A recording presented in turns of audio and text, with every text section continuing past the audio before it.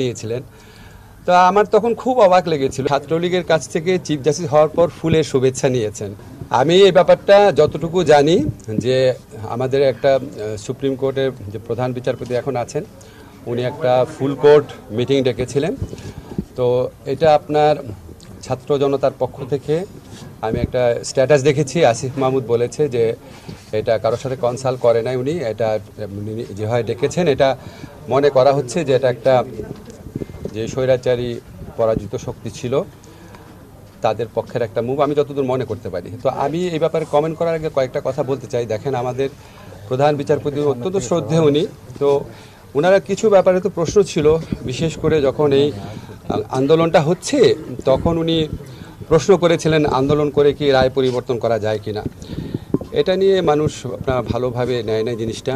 এছাড়া একটা ব্যাপার ছিল খুব দুঃখজনক, সেটা হচ্ছে উনি ছাত্রলীগের কাছ থেকে চিফ জাস্টিস হওয়ার পর ফুলের শুভেচ্ছা নিয়েছেন। তো এটা তো আমার কাছে ব্যক্তিগত অভিমত হচ্ছে এটা কোড অফ কন্ডাক্টের লঙ্ঘন ছিল, এবং এটা খুব ভালো একটা ইমপ্রেশন দেয় না।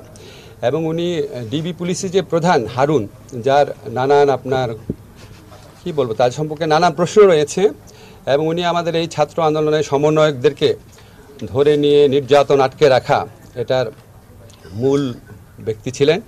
তো ওনার কাছ থেকে উনি একজন ডিবি পুলিশের প্রধানের থেকে উনি সোনার তরবারি উপহার নিয়েছিলেন। তো আমার তখন খুব অবাক, উনি বিদেশে গেলে বিভিন্ন আওয়ামী লীগের যে নেতৃবৃন্দ আছেন ওনাদের বাসায় থাকেন। তো এইসব কারণে এমনি তো ওনাকে নিয়ে কন্ট্রোভার্সি ছিল। তারপর যখন উনি এই মামলাটা চলার সময় এই কমেন্টটা করেছেন, এত কিসের আন্দোলন, আমি পত্রিকায় যেভাবে পড়েছি এটা রিয়্যাক্ট করেছে, এবং আমি যেটা জানি ছাত্র জনতার পক্ষ থেকে ইতিমধ্যেই ওনার পদত্যাগের ব্যাপারে দাবি উঠেছিল। আজকে বোধহয় সেটা আবারও বলা হয়েছে, যেহেতু উনি ফুল কোর্টের মিটিং ডেকেছেন।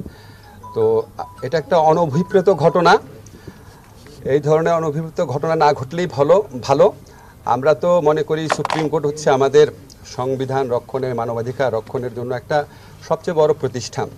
তো এমন কিছু কারোরই করা উচিত না যেখানে ছাত্র জনতার যে গণ আন্দোলন বা গণ অভ্যুত্থান, এটার বিপক্ষে সুপ্রিম কোর্টকে দাঁড় করানোর চেষ্টা কারো করা